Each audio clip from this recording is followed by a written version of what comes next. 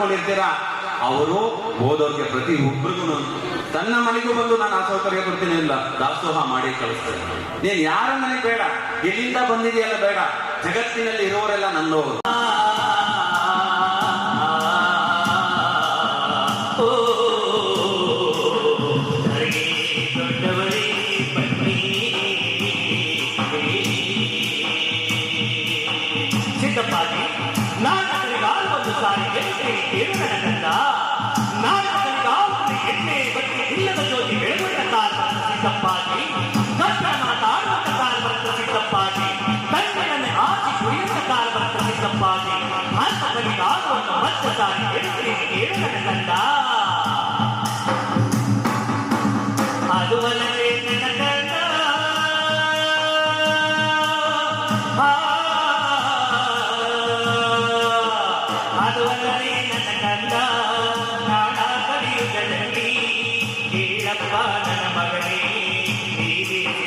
ಅದ್ರ ಜೊತೆಗೆ ಬೇರೆ ಏನ್ ಮಾಡ್ತಾ ಇದ್ರು ಅಂತ ಯಾವ್ದಾದ್ರು ಚೆಕ್ ಮಾಡಿದೀವ?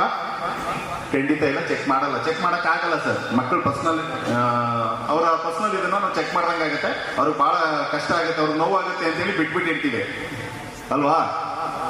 ಖಂಡಿತವಾಗಿಯೂ. ಯಾಕಂದ್ರೆ ಸರ್ ನಾವು ನೀವು ಮಕ್ಕಳಿಗೆ ಮೊಬೈಲ್ಗಳನ್ನ ಕೊಡಿ ಬೇಡ ಅಂತ ಹೇಳೋದಿಲ್ಲ.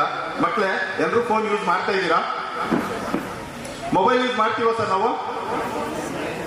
ನಾನು ನಿಮಗೆ ಭಾಷಣ ಮಾಡಕ್ ಬರಲ್ಲ, ನಿಮ್ಮ ಜೊತೆ ಇಂಟರ್ಗೇಟ್ ಮಾಡ್ತೀನಿ. 2 ನಿಮಿಷದಲ್ಲಿ ಮಾತು ಮುಗಿಸ್ಬಿಟ್ಟಿರ್ತೀನಿ, ಜಾಸ್ತಿ ಮಾತಾಡಲ್ಲ. ಯಾಕಂದ್ರೆ ಬದಲು ಅವ್ರು ಹೇಳಿದ್ರು ಎಲ್ಲ 5 ನಿಮಿಷನೇ ಮಾತಾಡ್ಬೇಕು, ಜಾಸ್ತಿ ಮಾತಾಡಂಗಿಲ್ಲ ಅಂತೇಳಿ. ಅದಕ್ಕೋಸ್ಕರ ಆದಷ್ಟು ಬೇಗ ಮುಗಿಸ್ಬಿಡ್ತೀನಿ. ನನ್ನ ಪ್ರಕಾರ ನಾವು ಯಾರು ಮೊಬೈಲ್ ಯೂಸ್ ಮಾಡ್ತಾ ಇಲ್ಲ. ಮೊಬೈಲ್ ನಮ್ಮನ್ನು ಯೂಸ್ ಮಾಡ್ತಾ ಇದೆ, ನಾವು ಫೋನ್ ಯೂಸ್ ಮಾಡ್ತಾ ಇಲ್ಲ. ಫೋನ್ ಕೈಗೆ ನಮ್ಮನ್ನು ಕೊಟ್ಬಿಟ್ಟು ನಾವು ಏನು ಉದ್ದೇಶಗಳ ಆಶಯಗಳನ್ನ ನಿಮ್ಮಲ್ಲಿ ಸ್ಫೂರ್ತಿಸುವಂಥ ಕೆಲಸವನ್ನ, ನೀವು ಏನಾಗಬೇಕು ಅನ್ನೋಂಥ ಕನಸನ್ನು ಅವರು ಕಂಡಿದ್ರು. ಅದನ್ನು ಸುಮಾರು ಒಂದು 20-25 ನಿಮಿಷಗಳ ಕಾಲ ನಮ್ಮನ್ನು ಹಂಚ್ಕೊಂಡ್ರು. ಅವರು ಹೇಳ್ತಾ ಇರ್ಬೇಕಾದ್ರೆ ನಮ್ಮದೇ ಒಂದು ಮಠ ಇದೆ, ಆ ಮಠಕ್ಕೆ ಯಾರೂ ಸ್ವಾಮಿ ಇಲ್ಲ, ಆದರೆ ಅದಕ್ಕೆ ಸಂಬಂಧಿಸಿದ ಆಸ್ತಿ ಇದೆ, ಅದು ಬರುವಂಥ ಉತ್ಪತ್ತಿಯನ್ನು ನಾನು ಈ ಥರ ಸಮಾಜ ಕಾರ್ಯಕ್ಕೆ ಮರಳುಪಡಿಸ್ತೀನಿ ಅಂತ. ಒಬ್ಬ ಮನುಷ್ಯನಿಗೆ 3 ಋಣಗಳಿರ್ತದೆ. ಒಂದು ದೇವಋಣ, ಪಿತೃಋಣ, ಒಂದು ಋಷಿ ಋಣ ಅಂತ 3 ಋಣ.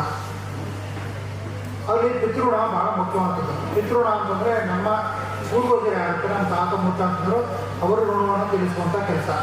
ಅಂಥ ಕೆಲಸವನ್ನು ಋಣ ತೀರಿಸುವಂಥ ಕೆಲಸವನ್ನು ಬಹುಶಃ ಬಸವರಾಜರು ಮಾಡ್ತಾ ಇದ್ದಾರೆ ಅಂತ ನಾನಾದರೂ ಭಾವಿಸ್ತಾ, ಈ ಸೇವಾ ಟ್ರಸ್ಟ್ ಅನ್ನುವಂಥ ಒಂದು ಪದ ಇದೆ. ಟ್ರಸ್ಟ್ನಲ್ಲಿ ಹಿಂದೆ ಸೇವಾ ಅನ್ನುವಂಥ ಪದ ಇದೆ. ಈ ಸೇವೆ ಮಾಡುವಂಥದ್ದು ಭಾಳ ಕಷ್ಟ. ಬಹುಶಃ ನೀವೆಲ್ಲ ಅನ್ಕೋತೀರಿ ಯಾರಾದರೂ ಒಬ್ಬ ಸೇವೆ ಮಾಡ್ತಾನೆ. ನೀವು ಅಲ್ಲಿದ್ದು ಅಲ್ಲೇ ಬೆಂಗಳೂರಲ್ಲಿ ಬೇಕಾದಷ್ಟು ಕೆಲಸ ಮಾಡ್ಬೋದಿತ್ತಲ್ಲ ಸರ್, ನೀವು ಇಲ್ಲಿಗೆ ಯಾಕೆ ಹುಡುಕೊಂಬಂದ್ರಿ? ಇದು ನಮ್ಮ ಕರ್ನಾಟಕದ ತುತ್ತತುದಿ ಅಂದರೆ ಅವ್ರು ತುಂಬ ಹಸನ್ಮುಖ, ಅವ್ರೇನು ಮಾತಾಡೋಲ್ಲ. ವೇದಿಕೆಯಲ್ಲಿ ಅವರು ಸಿಕ್ಕಾಪಟ್ಟೆ ಹುಡುಕ್ತಿರೋದು ಬಹಳ ಮೃದು ಮಾತು. ಏನೊಬ್ಬ ಅಣ್ಣನವರ ವಚನ ಇದೆಯಲ್ಲ, ವಚನಗಳನ್ನು ಮೃದುವಾಗಿ ಮಾತಾಡಬೇಕು ಅನ್ನೋದನ್ನ ಅವರ ಅಭ್ಯಾಸ ಮಾಡ್ಕೊಂಡ್ಬಿಟ್ಟಿದ್ದಾರೋ ಅಥವಾ ಅವ್ರು ಇರೋದೇ ಹಾಗೋ. ಆದರೆ ಇಲ್ಲಿ ಗುಡುಗಿದ್ರು, ಅದು ಅವ್ರು ಹೇಳಿದ್ರು ನಾವು ಪ್ರತಿಭೆಗಳನ್ನ ಗುರುತಿಸ್ಬೇಕಲ್ಲ ಸರ್, ಅವ್ರಿಗೋಸ್ಕರ ಅವ್ರ ಮನೆ ಬಾಗಿಲಿಗೆ ಹೋಗೋಣ, ಅವ್ರ ಊರುಗಳಿಗೆ ಹೋಗೋಣ ಅಂತ ಶಾಲೆಗಳಿಗೂ ಬಂದರು. ಅವರು ಕಿತ್ತೂರಾಣಿ ಚೆನ್ನಮ್ಮ ಶಾಲೆಗೆ ಬಂದರು, ಮುರಾರ್ಜಿ ಶಾಲೆಗೆ ಬಂದರು, ಕಬ್ಬಳ್ಳಿಗೆ ಬಂದರು, ಗುಂಡ್ಲುಪೇಟೆ ಕೆಲವು ಶಾಲೆಗಳಿಗೆ ಬಂದರು.